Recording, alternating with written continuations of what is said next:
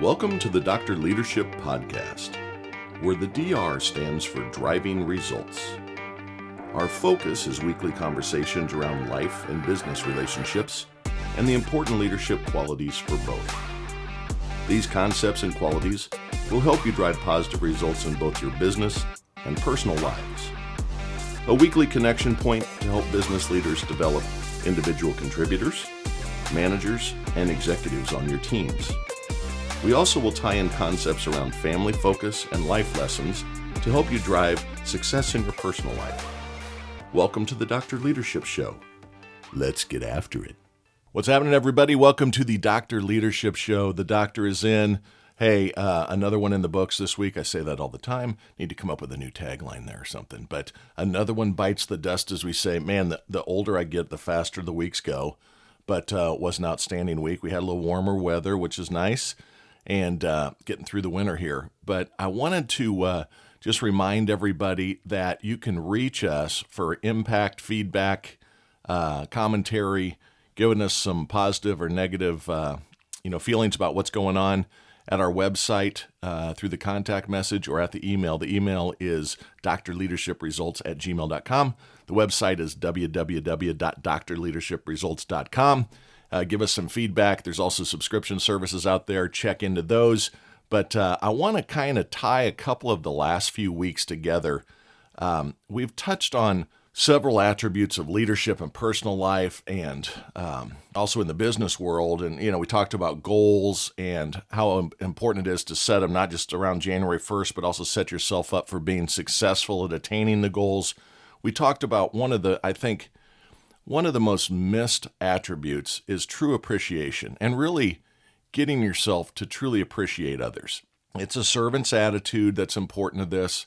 It's something that I try to live by every single day. I think that my leadership team around me lives by that predominantly as well. There are hits and misses at times by myself and others, but I think that's a great way to look at it. And then we talked last week about humor and the scientific benefits and these studies that have come out and said that humor and self-deprecating humor specifically draws people in, creates fellowship, builds trust, loyalty, and just having some fun. Right? We've been talking the last several weeks about how the world can just be kind of a gloomy spot at times, and I just choose not to participate. And I think a lot of things in life that are bothersome or concerning, if it's concerning and you can make an impact to fix it, of course, make the impact. But if things are bothering you and, turning on the news brings you down, just choose not to participate. Just, did not attend is the right mentality on those types of things.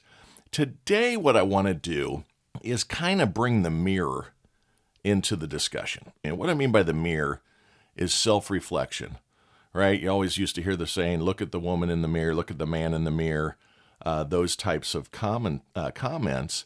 And it's a good one because self-reflection is very important as a business leader, as an individual contributor, as a father, mother, brother, sister, family environment, friends environment.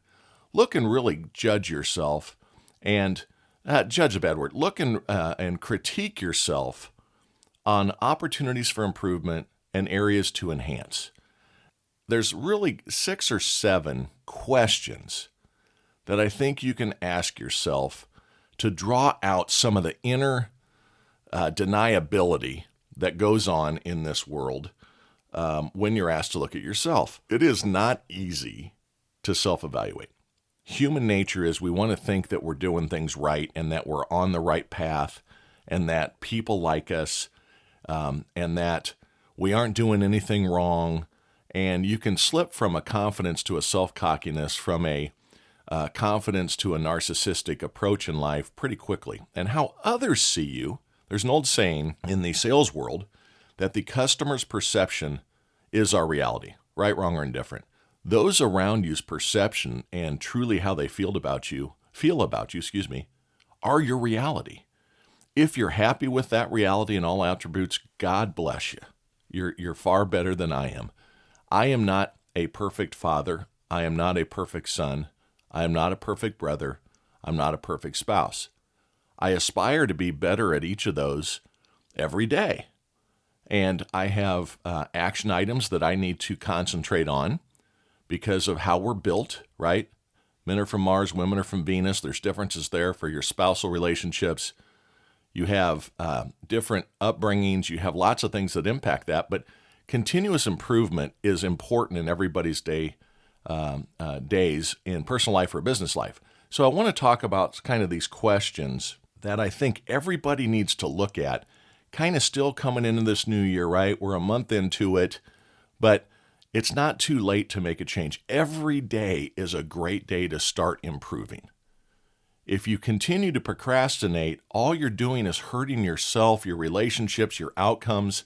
So go ahead and embrace this change, this personal change that we got going on. So the first one I want to kind of talk about is, am I my best self? Am I becoming the best thing I can be? And the critical thing here is, don't be one of those people that makes excuses on why things don't go right. I've interviewed a lot of people in my career. Literally, it would be measured in high hundreds to well over 1,000 at this point. One of the critical things that I look for in interview process is if people pass blame.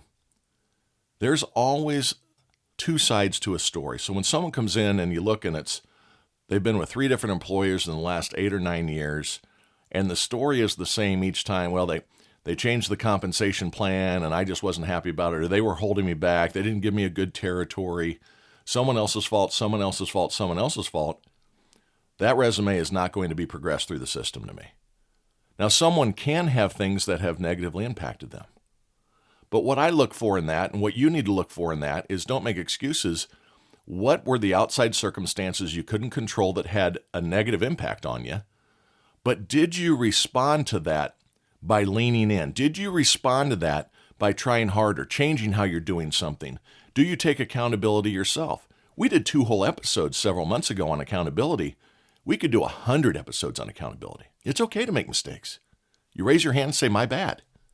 You have to do that when self-evaluating too. Don't sit there and go, ho-hum, I'm not doing well because someone else is keeping me down. I'm the victim again. You hear me say this all the time. I hate this victim mentality in this world today. That is weakness. That's all it is. Be a victor. Approach things.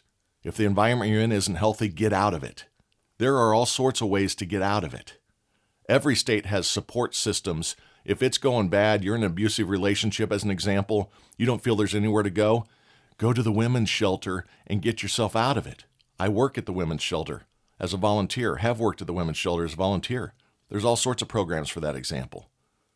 If your boss is an absolute asshole and you can't deal with it anymore, go work somewhere else. If it's an inconvenience, you stay where you are because it's a good job. I get it, but don't let yourself be held back by others. Let's talk about your personal life here for a minute and your business life. From a business standpoint, if you have the ho-hums as a leader or as an individual contributor or manager, are you hanging around a bunch of other negative Nancys that are just sitting there bitching and moaning all the time about how the man is keeping them down, the business is keeping them down, they don't care about us, woe is me, wah, wah, wah? In your personal life, are you hanging with people that don't have aspirations, are lazy, procrastinate, making poor choices? Are those things keeping you down in your mind? No, it's your environment. Surround yourself with sunshine. The seeds of opportunity will grow. Surround yourself with gray days. You're going to have more gray days. My wife says this all the time, and I think it's a great saying. She didn't invent it, but she uses it all the time. We make choices, and choices make us. If you're in a bad spot, look back and self-reflect and go, how the hell did I get here? Well, I chose to hang out with Jimmy, and he's got a drug problem. And then I missed a few days at work, and then they put me on a performance plan because I wasn't showing up on time. And then they fired me, doggone it, but I have some personal reasons why I was struggling. Yeah, it's because you hung out with Jimmy. Get away from Jimmy. Susie, Bobby, Beth, whoever they are. Are you hanging with a bunch of people that after work go out every night and go hard cocktail hour? Get all hammered up, making poor choices, being susceptible to drunk driving charges and not being able to wake up and answer the bell tomorrow? It's hard to soar with the eagles if you're out flapping wings with owls at night, man. It's hard to answer the bell to get up and be the best you can be if you're out being a dumbass. Don't do that. Make choices that positively impact yourself. Are you progressing every day? When you look at yourself, and am I the best I can be, if you've put goals out there like we talked about, if you've got aspirations to do something different, better, whatever it is, did you move the ball today? Touchdowns are typically made by first downs, short yardage plays, things of that nature. Baseball games are won by a single at a time. Hockey games are won with one goal many times. Soccer, same thing. It doesn't take giant leaps to improve and to capture the win. Give yourself small steps to attack and make it happen a day at a time. If you do that, first of all, you feel progress. So it starts that momentum, that snowball down the hill that we've talked about many times. Little wins lead to big victories. Promise you. World War II did not end because of the dropping of a bomb. World War II ended because we took the chain islands back, working up the South Pacific, so we could get bombers within range to drop that. They didn't say, hey, we're just going to fly from San Francisco, drop big boy on Nagasaki and Hiroshima. They had to take the islands back. If you're trying to become a three-point shooter or a great basketball player, you start with the layup. Then you move to the baseline. Then you move to the free throw line. Then you move to the top of the key. Then you start practicing three-pointers. So small steps are killer in positive. The 1980s definition of killer. That was a big one when I was young. Great. That's killer. For all you youngins that don't know what I meant there. The other thing I want you to do is look in the mirror and what are those weaknesses? Look inward. First of all, if you're good at something, make sure you're really good at it and not just thinking you're awesome. Right? How many times have we seen overconfident people just absolutely destroy themselves? How many times have you seen the receiver catches the pass, they're sprinting down the sidelines in for a touchdown, they throw the ball up in celebration at the half-yard line, and it's a touchback, no touchdown, the other team gets the ball. Don't celebrate too early on your greatness. Validate it. And then if you have things that you're good at, continue to work on those. Enhance them. You can always be better, right? Remember, if you've got a good attribute, professionals, high impact people, great relationship people don't practice until they get it right on whatever you're talking about. Practice at being a good listener. Practice at being a financially responsible adult. Practice on whatever your skills are in your business world. Presentations, proposals, whatever it is. As a leader, practice good communication skills and empathy. But you don't practice until you get it right. You practice it until you can't get it wrong. That's the difference between a professional at something and a day player. You have to set the expectation to not getting it wrong. Not perfection. There's lots of ways in which to set yourself up for failure too. There's no such thing as perfection in the business world. There's no such thing as perfection in personal life. We are human beings. We are flawed. But the analogy still holds true. Practice, practice, practice till it's muscle memory on whatever you're trying to accomplish there. The other thing you got to self-contemplate, man, is you got to be honest and say, what do I lack in skills? And what aren't learnable or what isn't practice makes perfect going to help me with? Like I can't play center because I'm 6'2". I'm never going to practice to 7 foot. Would have to start with the weight, first of all. Then I don't have the speed, the agility, or the shot. However, self-deprecating humor, folks. Last episode. That's what it's all about. Be real. But what aren't you good at? Sorry, I just hit my notepad on the table here. You got to be honest. Because I'll tell you what, narcissism, people that think they are great at everything, and I see them everywhere. Every day in life, especially the younger they are, it's all about insecurities or what those people are really covering up. But narcissism slipping in will destroy a marriage, a parental relationship, both going down to your kids and up to your parents, siblings, and in work, it's a disaster. The really big thing you got to do in life, both personal and business, whether you're an individual contributor in the business world, a manager, a leader, an executive, CEO, whether you're a husband not so much because it comes to you without asking many times, but that's search out feedback. That's a joke to my wife when she listens to this episode. Honey, I love you. But we as spouses typically give feedback very freely to our significant others. And sometimes you got to kind of bite your tongue a little bit on that and not be so honest sometimes, right? We love each other for the flaws, sickness and health, for the better or for the worse of it. But look for feedback. We used to do what were called 360s. And I'm going to touch on it a little bit longer here in a minute around another question, but search for that feedback. Remember, feedback's a gift if you choose to accept it, right?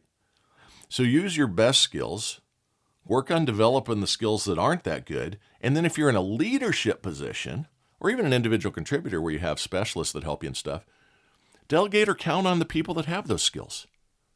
I use a lot of skills. The tight end is not the running back. The running back is not the quarterback. The quarterback is not the center. The right tackle is not the free safety. It's because there's expertise. They all are professional football players or collegiate football players. They all have scholarships, etc. They all are very, very skilled, but they understand their position on the team. So when you're looking internally, make sure that you're being honest about areas of opportunity for improvement, and be honest about where you have a good skill, how you can enhance it and make it even better. And if you ain't got the skill set and you can't train to it, you delegate, you embrace those around you, and you attack it as a team. This one, I'll tell you what, this is a problem for me, still even these days a little bit. Time management.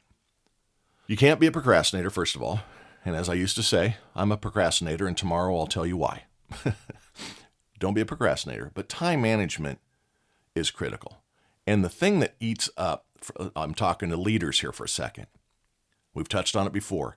The thing that eats up your time are when you start fighting fires all day, or you start taking monkeys off other people's back and putting them on your back. And the monkeys are problems. The monkeys are things that need resolution.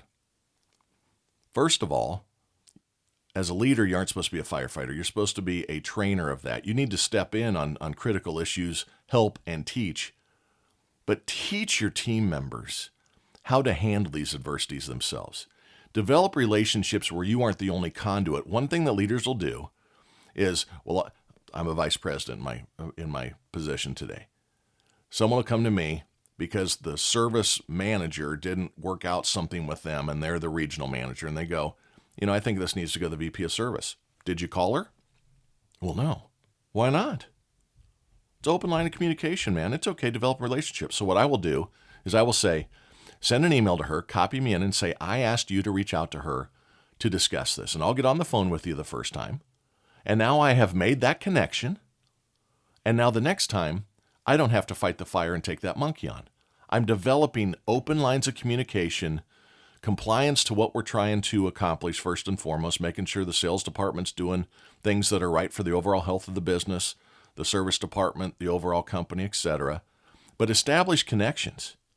Because if you think you have to solve all the problems because that's your job and you want to control the narrative up, that is a big problem. It's going to burn you out. Go back to guardrails and the burnout episodes here 6-8 weeks ago.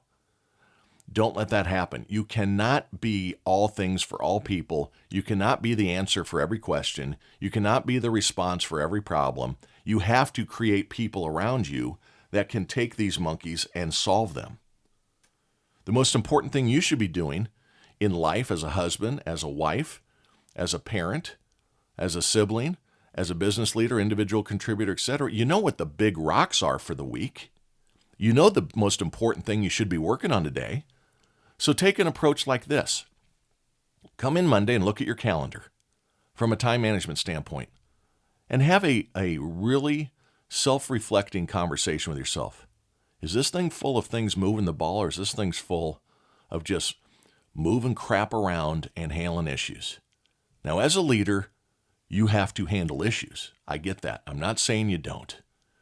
But it's very easy to become the pit stop to drop off the monkeys for everybody around you because you take it from them every time.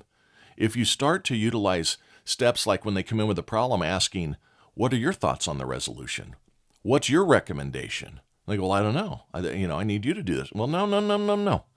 Come in with something for me to consider.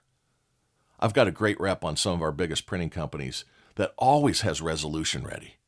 Bill, shout out to you, man. It's been noticed. I mean, seriously.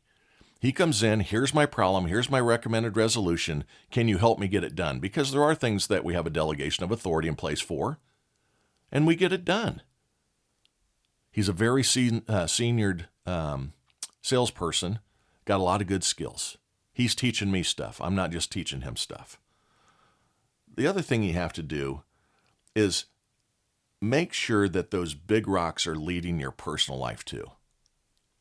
The big rocks, as a parent, are loving and caring, providing the lower ages. And then the big rock is developing responsible, work ethic filled, hardworking, concentrating on their studies, good neighbors, respectful to their elders in their teens. Get them a job. Make them work. Don't hand them a $50,000 first car. Hand them a $12,000 used first car and say, I'm not going to give you something that you can't attain yourself when you're out on your own in 7 years. Then it's a letdown. So big rocks there are developing good stewards of the community and villagers. Big rocks as an executive are handling issues that are degrading performance. Compensation plans, territory issues, launching new objectives, layoffs, those types of things. You have to make sure that you're concentrating on maximizing the attitudes of those around you. The doldrums are out there, folks. We got to be sure to be bringing light to our sales teams, to our individual contributors, to our managers, and we have to manage, and deliver those messages up. I said last week, might have been the week before, I'm working on new business plans and launching things for next year, comp plans and everything else. And if we aren't careful and we only look at how do we retain costs instead of how do we drive results that make the costs not matter as much because we're driving better results, you better concentrate on the top of the funnel as a sales leader, as a business leader, as a business owner. How are you expanding your business's footprint? How are you improving the life of those around you inside the business? Is it healthy?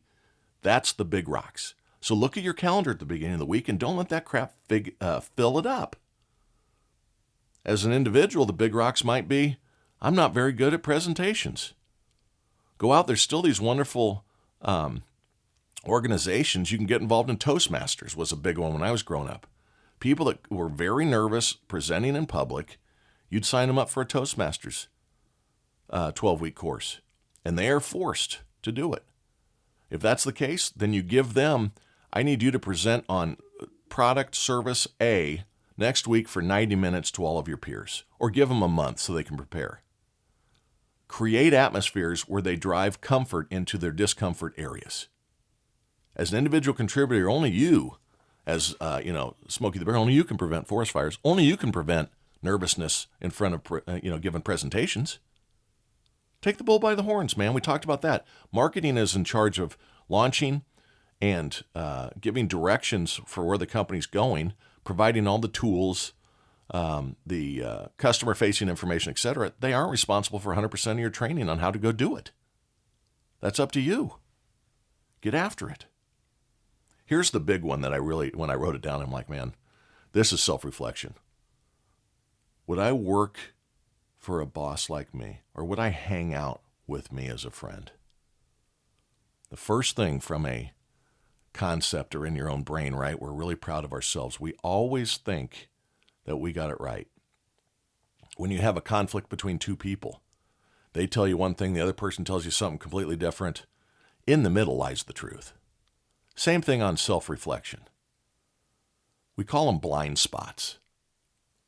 Blind spots are where you are so convinced that you got it all going on as a leader that you don't see the big mistakes you're making.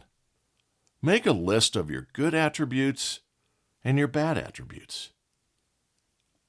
Enhance the hell out of your good attributes. Make sure you're leading with those. As an individual in your family life, in your community, if you're very good at volunteering, or you're very good at raising money, if you're very good at helping the less fortunate, keep doing that.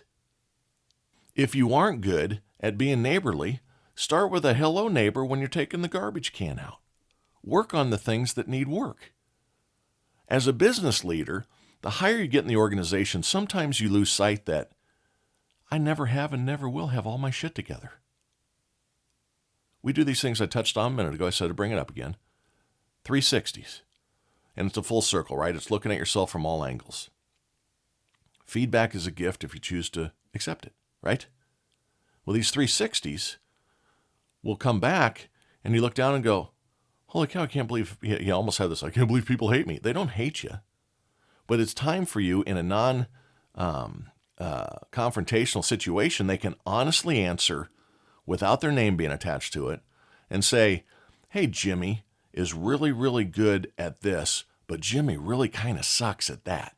I remember a story. We had a guy that was so my CEO back in the late 90s up until, well, right around 2000, 2001, up until 2007, 2008, was a Jack Welch prodigy at GE, ran GE Lighting for Europe. This guy was a player, right? And we had a senior vice president out on the West Coast that had delivered results, but was just a really high on himself type guy.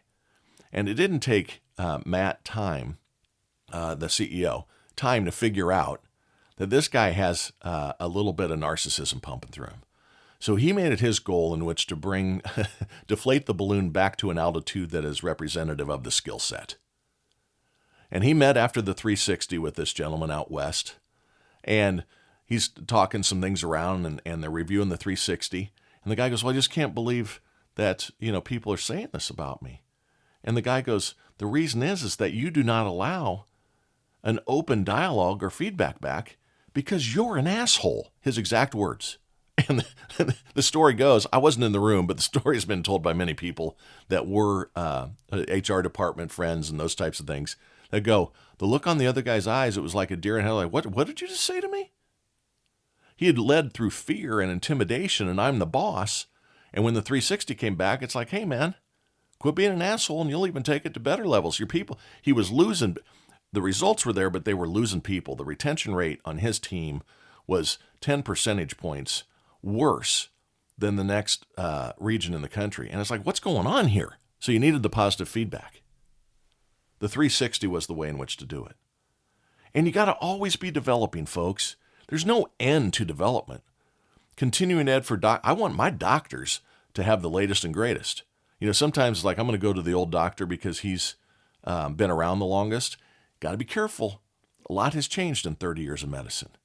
So you want to make sure that doctor is on the leading edge, and you can ask questions. And hey, I saw this article to bring up to them around your health. Same thing holds true for quarterbacks, for business owners, for spouses. You got to always be improving because life changes. So the skills required to be successful today are going to be different than what all of the skills are required down the road, a year down the road, 2 years down the road, etc. I certainly, when I went into management in 1995, didn't think I was going to have to lead through a global pandemic. I certainly didn't think I was going to have to lead through a nuclear disaster caused by a tsunami in northern Japan that took out my factories. I certainly didn't think I was going to have to manage through a fire at a chip factory that brings down everything from your washing machine to your pickup truck to my equipment and solutions. Those are all new skills I had to learn, and unfortunately, I was learning those. I was learning how to fly the plane at 30,000 feet on some of these things. So continuously develop. Drive yourself to attainment of new goals every single day. Are you taking responsibility? Are you an accountable individual? In the business world, I want to tell a story. I have a leader that I love. Doesn't report to me directly, but I work with often. He has a representative on his team that has produced plan for 30 years. but is the most toxic individual in our company that I deal with. Just not a team player, was in a division that was on its own for many years, and over the last 4 years as we've tried to drive collaboration and things, it just hasn't come together. And the boss, his boss, I had to bring in because there was a human resources incident where enough had been had by the people that has to support and work with this gentleman, and they just said, we've had enough. And even the senior leader said, well, I'm sure there's some other side of this story. And I go, hey, all I know is 4 people are consistent that he's an asshole, and he thinks he's the greatest thing on the planet. So I think that we've got a quota level reached that enough people think he needs to make some changes. That is a shame on the leadership for allowing that to happen. As a leader, if you are so scared to lose a top performer and allow that type of behavior, insubordination, poor behavior, non-team player, critical of others, very confrontational, you're failing as a leader. Get him off the team. Willie produces $3 million a year. The people he is negatively affecting produce $12 million a year. You want to lose one or two of them? Or are you going to put this guy on some sort of plan to improve or get out? Be accountable. Be responsible for your team and yourself. In your personal life, always be accountable to good surroundings and results. Hey, I didn't succeed at this. It's because I'm hanging out with knuckleheads. Hey, I didn't succeed at that. It's because you made poor choices. You're out raising Cain at night. Get in the office early and practice. And then one of the hardest things to manage here is, everybody has a bus in their life. It's an old saying, but do you have the right people on the bus? There's a secondary question to that. Are they in the right seats? So as a leader, and as an individual too, after your self-reflection, what I'm good at is this, what I'm not good at is that, and I don't know if I can produce better results on that. Am I in the right role? If you love the company, is there another role that's more suited for your positive attributes? That happens every day. I look down and we hired somebody up, and it's like, man, it's not going as good as we'd like. You can see they have some discomfort, but man, she really knows this so well. What position in our company do we require that skill set in? Let's move them on the bus. Enhance your productivity by putting the right people in the office and in the right cubicle. Put the right person in front of the customer at every stage of the engagement. Some people are great project managers. Put them in the PMO office. Some people are great negotiators. Put them in the legal department. Some people are great presenters. Should they be in marketing? They don't know how to ask for the order, but man, they can present till the cows come home.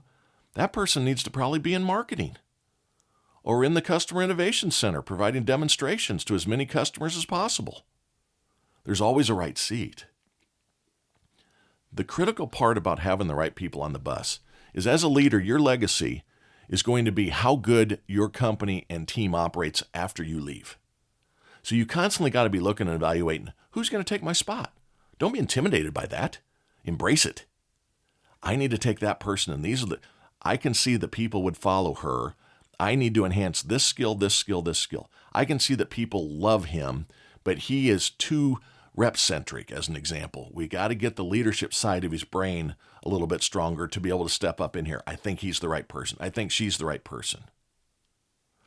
You also have to make sure that when you move them up, who do they have in development on their team? I ask my managers, who's going to backfill your role? Actually, I need to do that. Haven't done that this year yet. Okay, from an evaluation standpoint, after this another tough year, but people have performed unbelievably, who's the backfill for Jimmy? And then when Jimmy takes Susie's role, when she's promoted to my role, who's that role taken by? Who's filling that one in? Succession planning is critical, especially in a private business. If you're a private business owner, wow, look out if you got several kids too that are in the business. I was in a family business. 3rd generation, typically the thing fizzles like a rocket out of fuel, right? And then tumbles back to earth, causes an explosion on impact. Got to be very careful there. Succession planning is critical for small businesses. You don't want to lose the business over infighting or because you don't have somebody that can come in your place. Business owners, heart attack and health issues happen. A spouse getting sick or you got to take a leave of absence happen. Do you have it set up where you can keep moving the company forward in the best interest and to protect all your employees? You have to think about that. Succession planning is killer. And then, are you hiring the right people to begin with? So everybody says there's A, B, and C players, and there's a little truth to that. There certainly is. Everyone is not created equal. C players, you have to make a determination on can they be developed to be and on A. If not, then you need to find another seat on the bus or separate. B players, you have to see how do I get them to A. B is above average. They're producing. Try to get them to a B+. How can they get better? What you want to hire are A's. Already A's. And the way to do that is through passive recruiting. And when I say passive recruiting, it's not just looking at Indeed.com and evaluating resumes. What it means is approaching your top competitor, the person that has given you a black eye in all the big deals for the last 3 years, and asking them to go to a coffee. Because their employees are making sure they take care of them and they retain them. Those are the people you want. Now, in that coffee, you got to make sure they aren't the toxic person over there and they're being held on because of their performance. You got to ask them about the time they failed and have them self-reflect. What are you not good at? Have them self-reflect. What are your skills? Listen to them. Ask secondary questions to make sure it's not fluff. Check the references. I know nobody gives a bad reference, but check the references and ask second and third level questions. Don't ask, is he a good girl? Is he a good guy? Is she a good girl? You got to go deep on references because everybody's going to give a superficial, oh, he's great. Oh, she's awesome. The reason we don't hire A players all the time is because you aren't passively recruiting. I like athletes. I like people that were captains of their teams. I like people that started work real early in life. One thing we did when I ran Chicago for the production side of the business is we took our top 10 performers and did a deep survey on them. What did your parents do? What was their level of education? What age did you start working? Tell me about something entrepreneurial that you did in your life. They started a lemonade stand. They washed cars on the weekend. They mowed yards when they were 10. We took those attributes and started using them to develop our behavioral interview questions for all the people coming in. These people were very successful in their business. They all came from different somewhat backgrounds, but there were 5 or 6 consistencies. Hardworking blue-collar parents, entrepreneurial spirit, started working young, loyalty, personal perseverance, accountable. Suddenly you know what type of questions to develop and ask. Now I know that all of you answered all those questions appropriately because you're awesome. Keep that shit up. Talk next week.